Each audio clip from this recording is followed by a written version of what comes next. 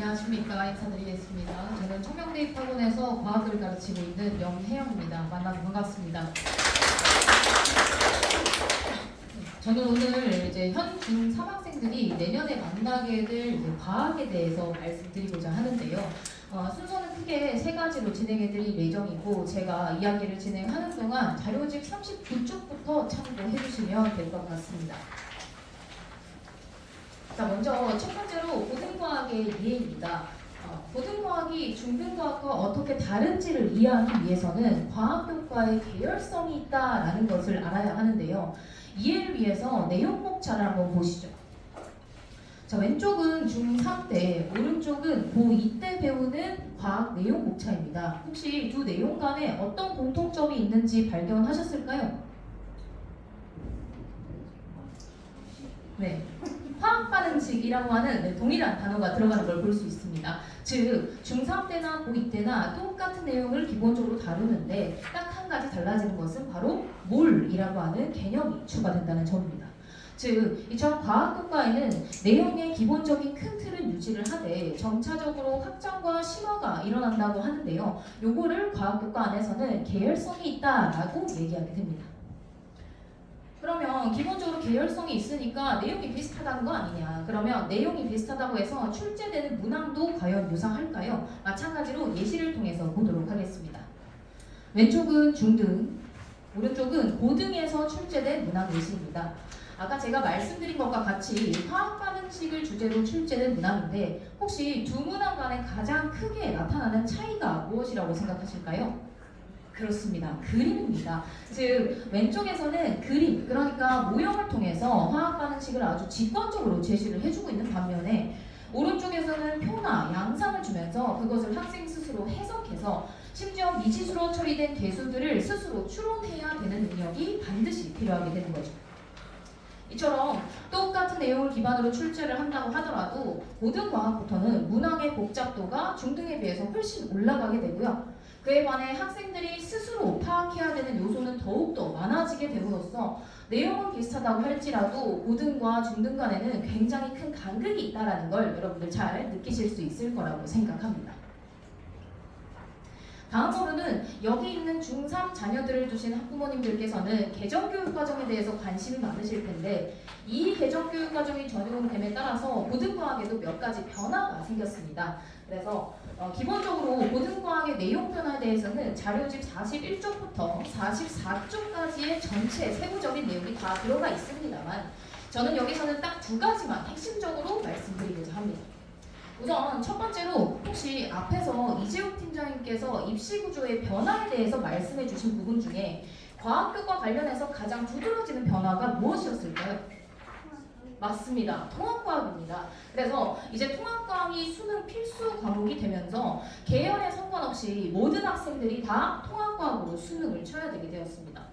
그에 따라서 학생들은 이제 원하든 원하지 않든 모든 과학 교과의 과목들을 필수적으로 수강해야 되기 때문에 과거의 교육과정에 비해서 이제부터는 과학이 차지하는 비중이 훨씬 올라갔다라고 말씀드릴 수 있는 거죠. 두 번째로는 대학 교육과의 간극을 줄이기 위해서 다소 고등학교 과학의 내용이 많이 좀 어려워졌어요.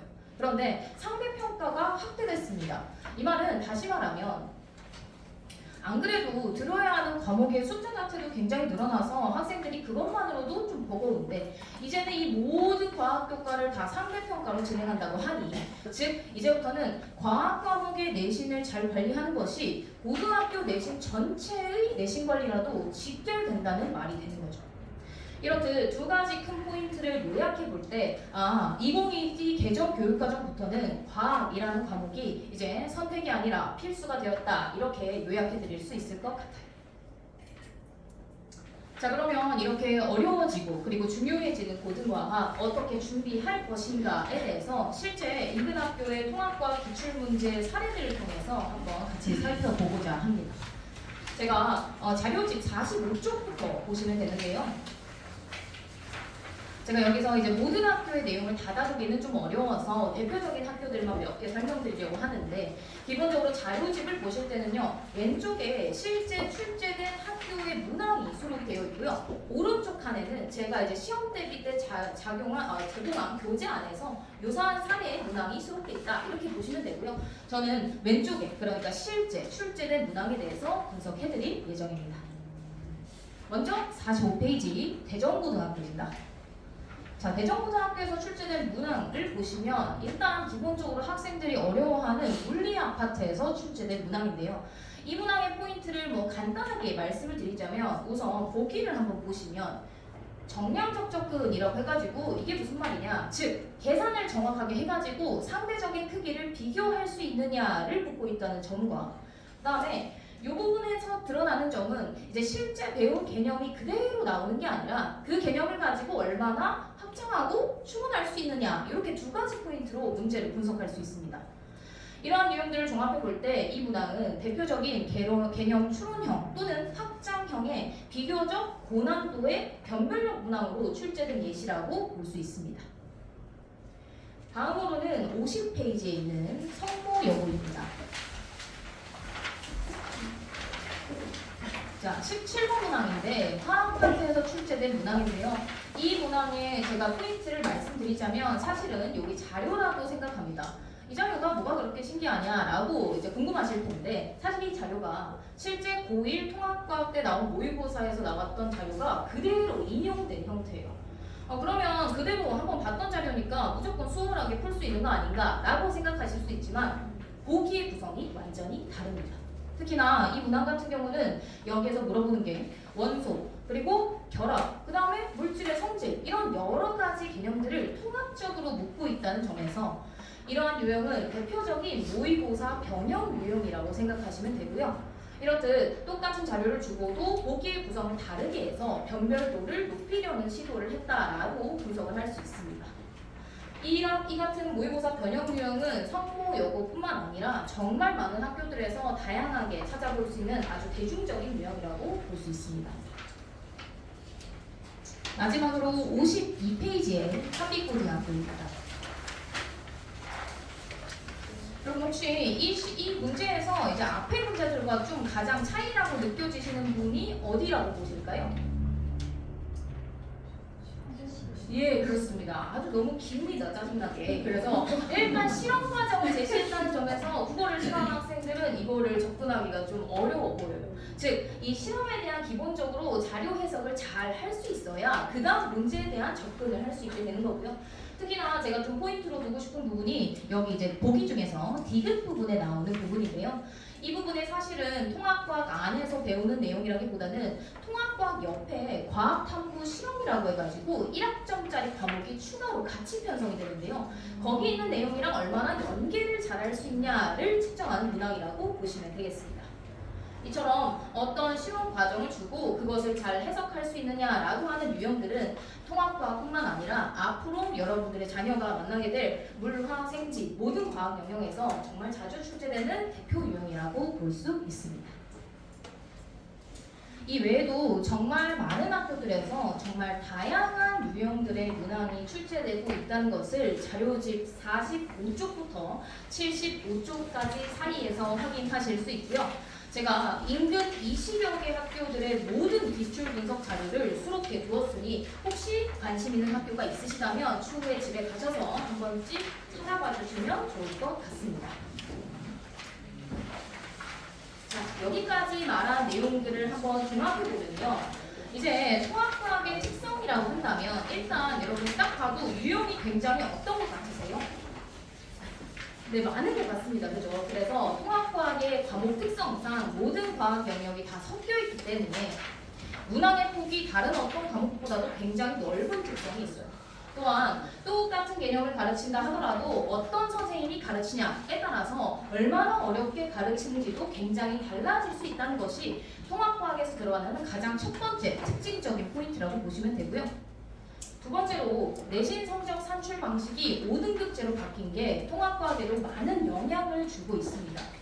전반적으로 9등급제에 비해서 변별력의 필요성이 다소 약화됨에 따라서 문항의 난도는 중상 난도로 구성되긴 했는데 그만큼 학생들의 성적 원점수 자체가 많이 올라갔습니다. 그러면 이제 90점대 이상인 학생들이 굉장히 많다는 거고요. 그러면 어떤 분들은 90점대 이상이 많으면 시험이 굉장히 쉬운 거 아니냐라고 생각하실 수 있겠지만 저희는 원점수가 아니라 등급을 봐야 되는 거죠. 즉 바꿔 말하면 이제 한 문제만 실수하더라도 등급에 주는 영향이 굉장히 커진 게 개정교육과정에 따른 통합과학의 변화라고 볼 수 있습니다.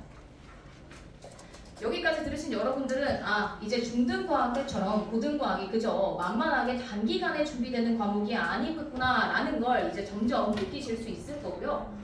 이렇게 중요해지는 과학 저희 청명에서는 이렇게 대비하고 있습니다. 일단 모든 것의 기본은 사실 정규 수업에서 나오는 것인데요. 정규 수업에서는 일단 세세한 개념 강의를 바탕으로 학생들이 다양한 유형의 문제를 접해보게 함으로써 개인별로 맞춤풀이를 진행합니다. 그래서 이제는 중등 때처럼 그냥 외우고 지나가고 풀 수 있는 게 아니라 학습한 개념을 바탕으로 문제에 어떻게 적용하고 활용할 것인가에 대해서 기초부터 탄탄히 다져주고 있습니다. 또한 이를 바탕으로 본격적으로 스포트를 내야 할 이제 시험 대비 때는요. 다양한 기출 데이터를 통해서 체계적인 커리큘럼 안에서 학생들이 유형별 그리고 난도별로 다양한 문항들을 접해보게 함으로써 어떤 문제에서 어떤 자료가 나와도 스스로 해석할 수 있게 하는 과학적 해석력을 함양시켜주는 데 집중해서 가르치고 있습니다. 네, 여기까지 들으신 여러분들께 질문 하나 드리고 싶어요. 여러분 혹시 아직도 과학이 시험 직전에 대비하는 암기과목 또는 국, 영, 수가 아닌 비주요 과목이라고 생각하고 계시지 않으신가요? 제가 여기서 작년에 이제 입시 설명회 간담회를 진행했을 때 제 얘기를 정말 잘 들어주던 어떤 학부모님이 한 분 계신데요. 그분의 자녀를 제가 7월 개강 때 만나게 됐어요. 그 친구가 지금 현재 충남여고 1학년 오소영이라는 학생인데 그 친구 당연히 중등과학은 등급이 얼마였을까요? 네, A였습니다. 그런데 그 친구 처음 와가지고 고등과학은 사실 많이 헤맸습니다. 틀린 것도 많았고요. 질문도 굉장히 많았어요. 그런데 저랑 같이 정규 수업, 시험 대비 차근차근 잘 따라오다 보니 그 친구 이번에 중간고사 성적 얼마였을까요? 100점이었습니다. 네. 그래서 여러분 저는 이렇게 생각합니다. 중요성을 아는 사람만이 미리 준비할 수 있고 미리 준비한 사람만이 실제 결과로 증명해낼 수 있는 힘이 있다고 생각합니다. 여기 계신 여러분 모두 미리 아시고 선제적으로 준비하셨으면 좋겠다는 말씀 드리면서 여러분 이제는 통합과학의 시대입니다. 감사합니다.